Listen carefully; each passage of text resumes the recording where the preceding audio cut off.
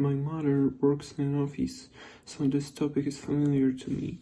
This isn't just a story for the sake of use, it's an experience that thousands of people go through. I want you to learn from it and not repeat other people's mistakes. All names, companies, and addresses in the story are fictional and have been changed. I was halfway through my second cup of burnt break room coffee when she strutted in like she owned the air we were breathing. Click, clack heels, fake smile lipstick, and a damn laminated flowchart titled Ops Overhaul, Phase 1. I'd seen PowerPoint warriors before, but she had the full set. MBA from somewhere expensive, fresh blowout, and a stare that scanned every desk like she was hunting for inefficiency. The same desks we built with duct tape and sleep deprivation after the 2017 server meltdown she read about in a footnote. Let's talk value streams, she chirped. Oh, we're talking value now? I waited until after the sync to ask privately. No attitude, no edge, just one honest question. Can you tell me why she's pulling twice my salary? HR blinked once. No hesitation. She has an MBA, you're just an engineer. And then she added it. The phrase that cracked the last nerve I'd been white-knuckling for the past 4 quarters. Know your place. I didn't argue. I didn't defend the patents filed under my name or the hours I spent hard-coding rollback protocols while my kid was in the ICU. I just turned, walked down the hallway, and typed up my resignation. 1 paragraph. Time-stamped 9:52 a.m., no flare, no goodbye email, just a .pdf that said everything I needed to say. And, hey, while you're here, if this story hits even a nerve, go ahead and hit that subscribe button and give the video a like. It's free for you and means everything to the team sharing these stories. Don't be 97% of people who forget. Anyway, they thought I rage quit. Truth is, I'd prepped the exit over a year ago, quietly. Strategically. There was no panic when I sent the email, only precision. I'd rewritten my own clearance structure months back, set timers, built bypass failovers tied to biometric tokens that only worked when I was on site. They never noticed the clause in the system logs. Custodian heartbeat required every Monday before 10 a.m. or full system integrity check initiates. I was the heartbeat. And as of 9:53 a.m., that heartbeat flatlined. She didn't even notice the blinking amber status in the bottom corner of the dashboard during her second meeting, too busy outlining her modernization pipeline. I built that dashboard. I built everything they now thought they could just cloud migrate like it was a damn Google Drive folder. The backups she archived, they weren't backups. They were live validation nodes. She'd just disconnected 3 compliance triggers tied to our core vendor SLA, and still, she smiled like a CEO in training while the room nodded along. That morning, I left with my dignity zipped up in a laptop sleeve. I didn't yell. I didn't slam a door. I walked out like I'd just finished a project, because in a way, I had. And the next phase? That wasn't mine to manage. It was theirs to survive. To her, it was all tech debt. That's the phrase she used. Like my work was a liability instead of the very skeleton holding their Frankenstein systems together. Can we just move it all to the cloud? She asked one morning while sipping on her oat milk latte like this was a Slack thread and not a damn mission-critical ops environment built on 13 years of interwoven contingencies. She called my scripts clunky, laughed when I explained the fallback protocols weren't visual, said the CLI looked like something from a hacker movie. This from a woman who once confused a maintenance daemon with a malware alert. She never read the original documentation, because of course she didn't. She thought system architecture was some plug-and-play SaaS dashboard you could learn on YouTube between Pilates and a seminar on emotional resilience in the workplace. I didn't correct her. I didn't offer to help. She'd made it clear my place was beneath her view, so I let her proceed. I watched. I watched as she sent an email to IT with the subject line, spring cleaning, and a bullet point that read, archive all legacy service functions older than 2020. I watched as 4 dormant security triggers flicked to life. Soft alarms embedded deep in the compliance stack. Silent failsafes I installed after a vendor breach nearly cost us a $6.2 million federal contract. Systems she didn't even know existed started whispering error codes to each other like a nervous breakdown in slow motion. I didn't say a word. I logged in from home, opened the monitoring console, and started pulling time-stamped logs. built a clean chain of custody, screen recordings, access trails, the whole kit. Then I labeled the folder. Critical Layer 9. Do not touch. Not for them. For me. For court, if it came to that. She didn't see the danger, she saw freedom. She strutted through the back end like it was hers to simplify, flatten, eliminate, but she didn't understand the weights, regulatory anchors, vendor hooks, rollback locks. Things that existed not because I was too lazy to refactor, but because we'd already lived through hell and engineered a way to never go back. She removed old credentials that were actually credential rings for multi-user restores, killed a sandbox environment we used for air-gapped audits, cut a data bridge labeled obsolete that was in fact our real-time sync buffer for cross-continent redundancy. And still, she smiled. She didn't even flinch when Jenkins failed its first nightly run. Old job, she said. Probably a cleanup task. It wasn't. It was the redundancy verifier, the one that checked all production states against the last clean state hash. When it failed, that was the first domino. Not loud, not visible. But now the system knew something was wrong. It would hold for a little while, long enough for everything to look okay, long enough for the cloud dashboard to say green while the real infrastructure beneath started coughing. She wouldn't feel it yet. Not until the load balancers rekeyed. Not until the logging daemon failed its own identity check and flagged every API call as foreign. The countdown had started. And the worst part? They still thought I was just the engineer. The funny thing is, they thought I'd just walked out. That was the beauty of it. They assumed everything was static, manual, obvious, surface level. But everything I ever built ran deeper, quietly, intentionally.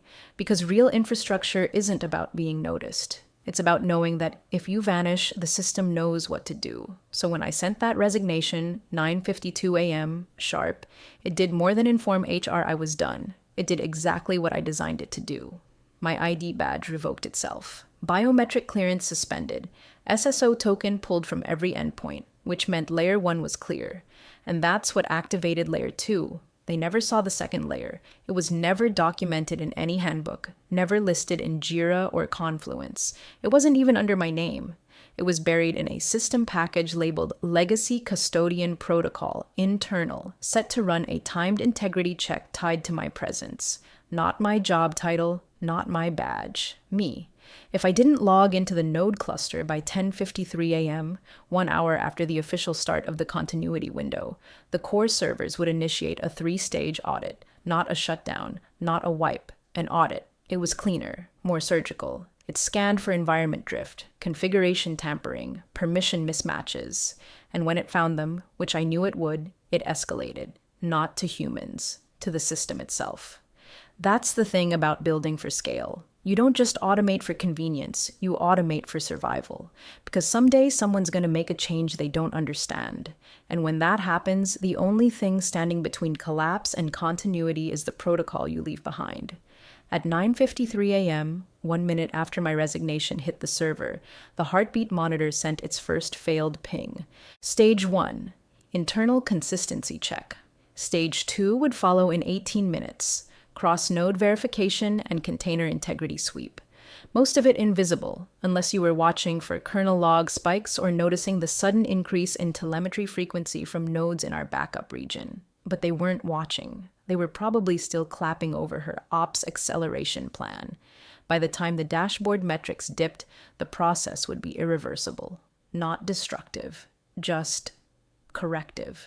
The system would stop trusting its own interfaces, would pause job queues, suspend low-priority tasks, and lock out any identity that hadn't been validated by an active custodian. That custodian was me, and I just walked out with no intention of walking back in. But here's the best part. They had no idea any of this was happening. That's the problem with building things that work. People forget they were ever fragile. She thought my resignation was a win. She never read the script that came after. By 10:00 a.m., I was already home, kettle hissing behind me as I watched the internal cameras buffer, just slow enough to tell me something was starting to crack. But they didn't see it yet. No. Inside that glass box conference room, she stood with her fake smile and her color-coded binders like she'd invented system architecture during a long weekend at Stanford. Legacy is dead, she announced, standing directly in front of the custom dashboard I'd spent 6 months coding from scratch. She didn't even change the color scheme.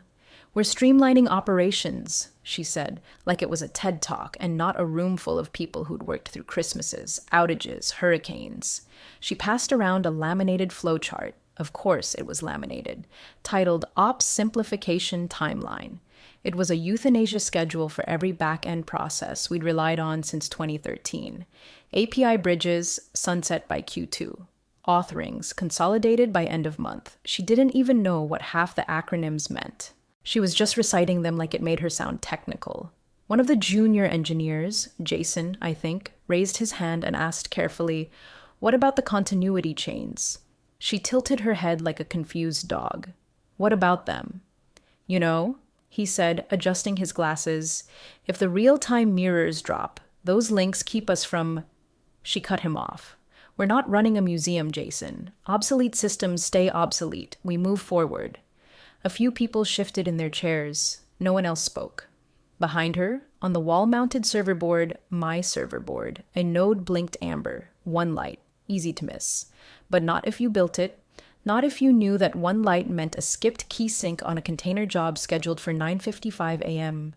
Every job after that would stall. Every stall would compound. She didn't notice. Too busy asking marketing if they could put this streamlining stuff into a culture deck. The dashboard behind her still looked green. For now. Because visual health indicators don't show you the parts that are holding their breath. They don't show you the trust dependencies, the silent validators, the recursive handshakes happening under the hood, all waiting on one thing, a valid heartbeat from the designated system custodian. That heartbeat? Gone. I didn't need to sabotage anything. I didn't pull a plug or leak a file or go nuclear. I just left. And when I did, everything I designed to require trust, real trust, earned trust, went quiet. It didn't panic. It didn't scream. It simply stopped extending itself. The meeting wrapped with applause. She grinned, thanked them for buy-in, and walked out like she'd just steered a ship through a storm. She didn't know the storm hadn't even started yet, but it had. And it was silent. 10:22 a.m. The amber light turned red. The monitoring node in the old East rack, Node 7, the one I'd quietly wired into the continuity framework after that 2018 failover disaster, spiked its internal alert level, not to some central dashboard, not to Slack or PagerDuty or any of the notification toys they loved so much. It pinged the network internally, looking for my validation signature. It didn't find it, so it began escalating, not all at once. That would have been too easy to fix. It started slow, measured. It flagged its last known checksum, cross-referenced, found a mismatch, triggered the next validation layer. 10:26. The container sync paused mid-cycle. No external alert, just a hold. 10:29. The automated backup job failed its verification stage and tried to retry, twice. Then it flagged its own node as untrusted. That particular job was connected to the compliance snapshot routine. No verification, no legal coverage. But the team didn't know that, because the new dashboard didn't show that. They thought the lights were still green. 10:33, the live batch processing queue, intake jobs, data wrangling, anonymization scripts, locked, hard. Queues froze, incoming data stacked into holding cells with nowhere to go. Any attempt to re-authenticate returned a new message, a message no one had seen before. 10:36, operator identity not recognized. I remember the moment I wrote that line.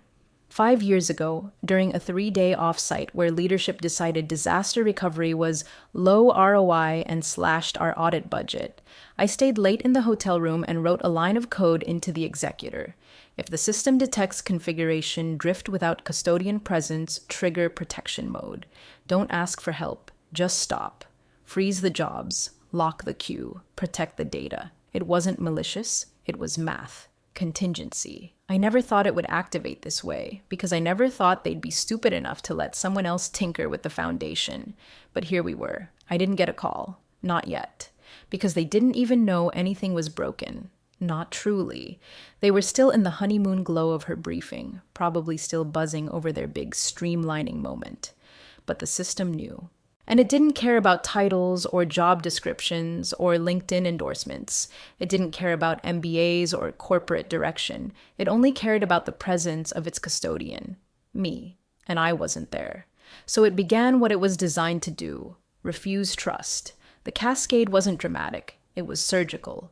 Background processes stopped trusting scheduled identities. Logging demons rejected access attempts that didn't pass signature thresholds. Credential bridges dropped packets midstream. The building wasn't on fire, but the wiring in the walls had begun to rot, quietly, cell by cell. They wouldn't see it yet, but soon, very soon, the lights they trusted would turn gray, and there'd be no one left with the clearance to bring them back. 10:41 a.m. Knock at the door. I didn't bother checking the peephole. I already knew who it was. There's only one person in a suit bold enough to drive a company car like a bat out of hell across town at that hour. I opened the door and there he stood, the VP of Operations, Marcus. No tie, flushed, jaw clenched so tight I could hear his molars grinding. No hello, no attempt at pleasantries.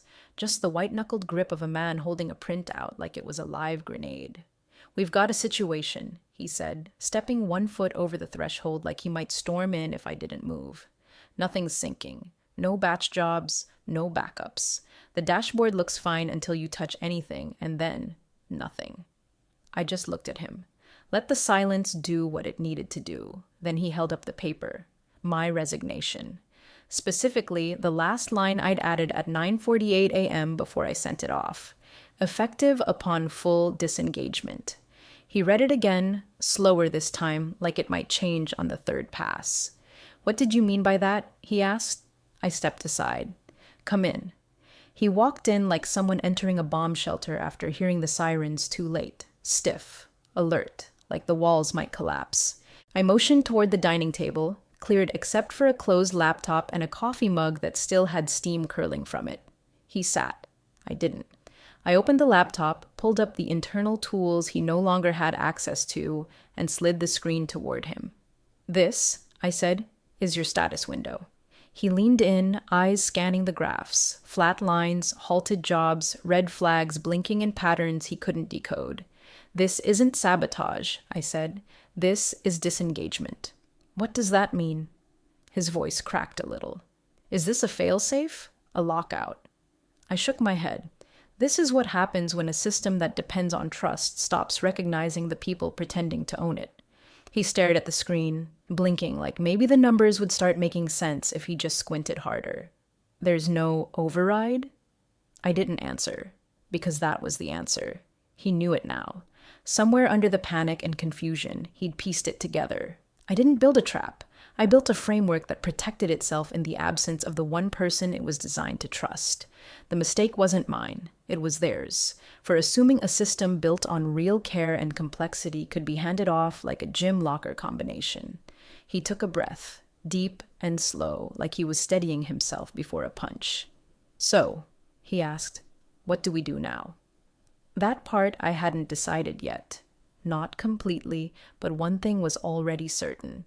They didn't come here because they respected what I'd built. They came because they were locked out of it, and they didn't have the key. He pulled a thick folder from his leather briefcase and laid it on the table like it was supposed to be some kind of trump card. I recognized it immediately, my original employment contract, bound in those cheap plastic sleeves they used when HR still cared about appearances.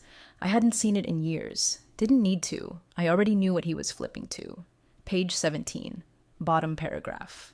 His finger landed right on it, tracing the sentence like a man trying to translate ancient scripture. System-level operational privileges retained under Technical Custodianship Clause 14b, revocable only with joint authorization from custodian and senior governance officer, or upon full system recertification, ETA 12 weeks minimum. He read it out loud, slowly, like he needed to hear the words to believe them. Then he looked up. "You did this on purpose?" I met his eyes, not with anger, not with smugness, just clarity. "No," I said. "You did." His mouth opened slightly, then shut again. He looked back at the clause, scanning it for a loophole that wasn't there. The language was clear. I'd written it myself, with legal's blessing, during a board-level crisis 5 years ago when a vendor nearly took down our infrastructure over a misflagged permissions change. The board had panicked. I had offered them peace of mind. They had signed. Clause 14B was meant to be a safeguard. Not for me, not even really for the company, but for the system itself.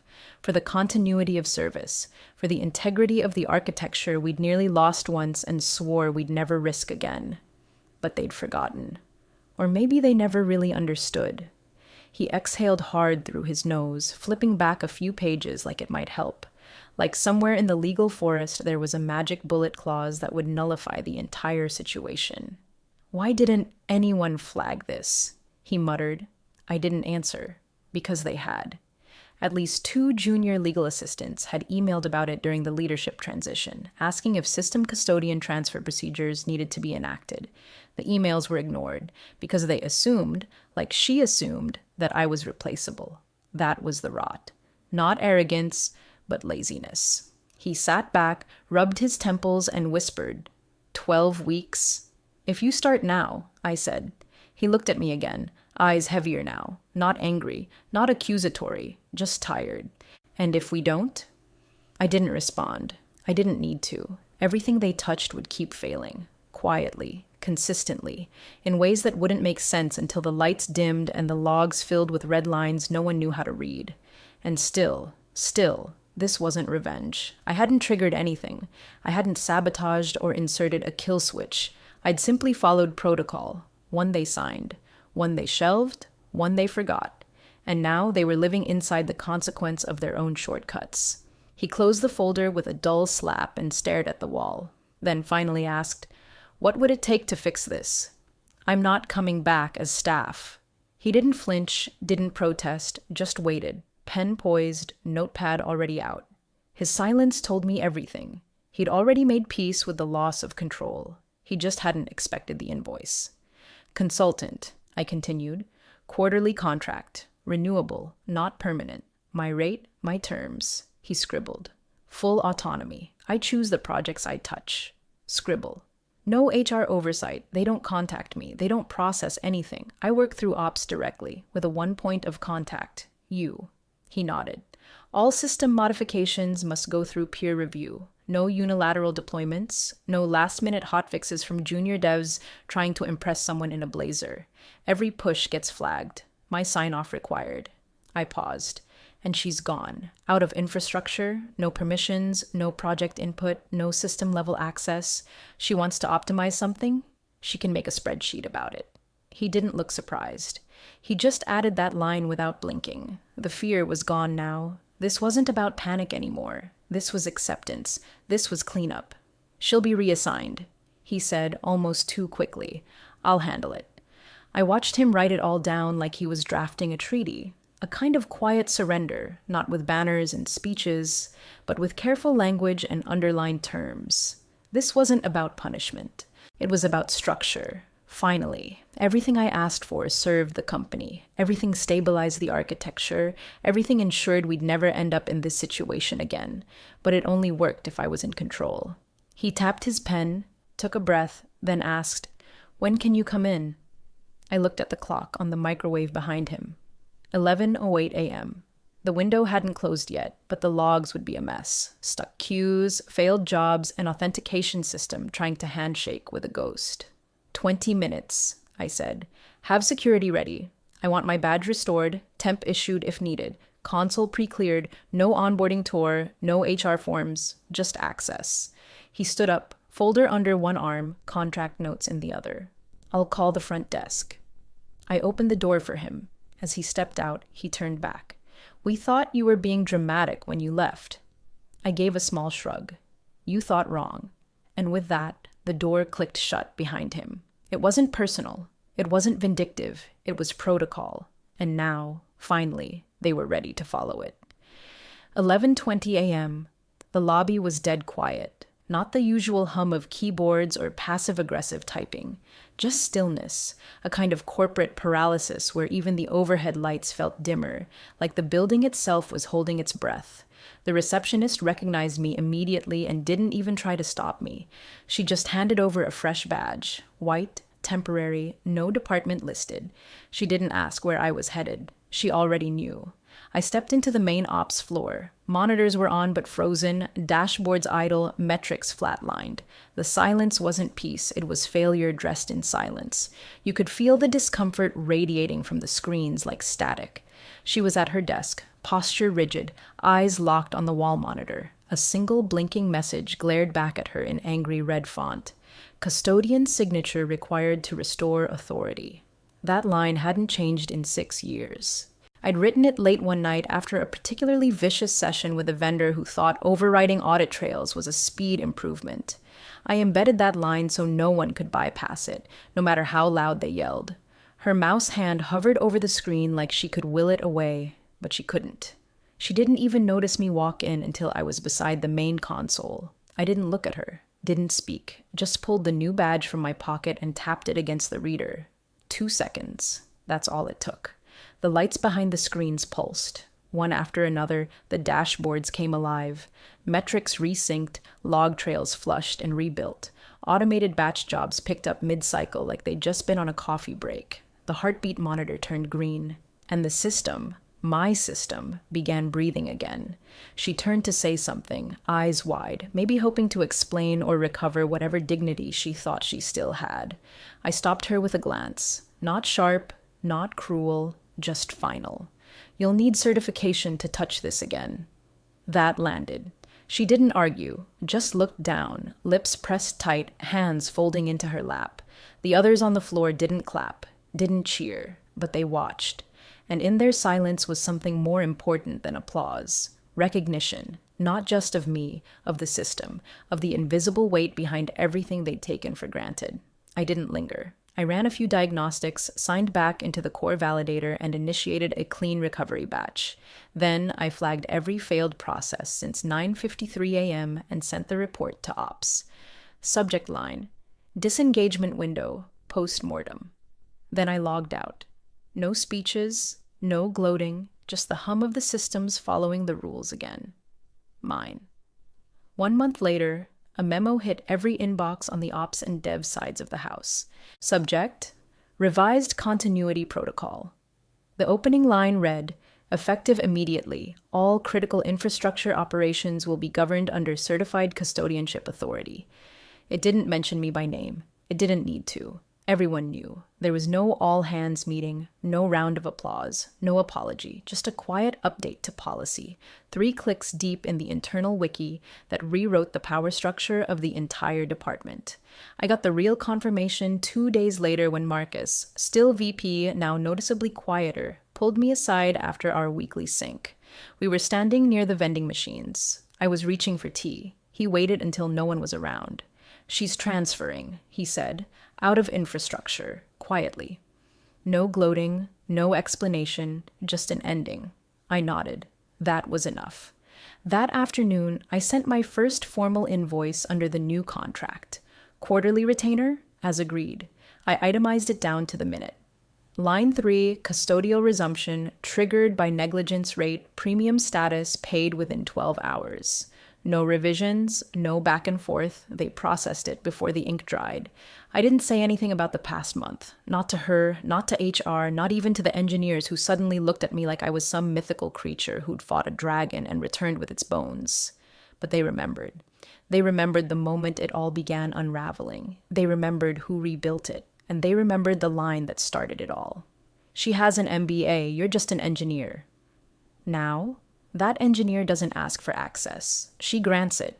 And when I walked out that evening, the new badge clipped to my coat caught the light just right. Gold trim, no department listed, no expiration. Just one title, custodian. That was enough.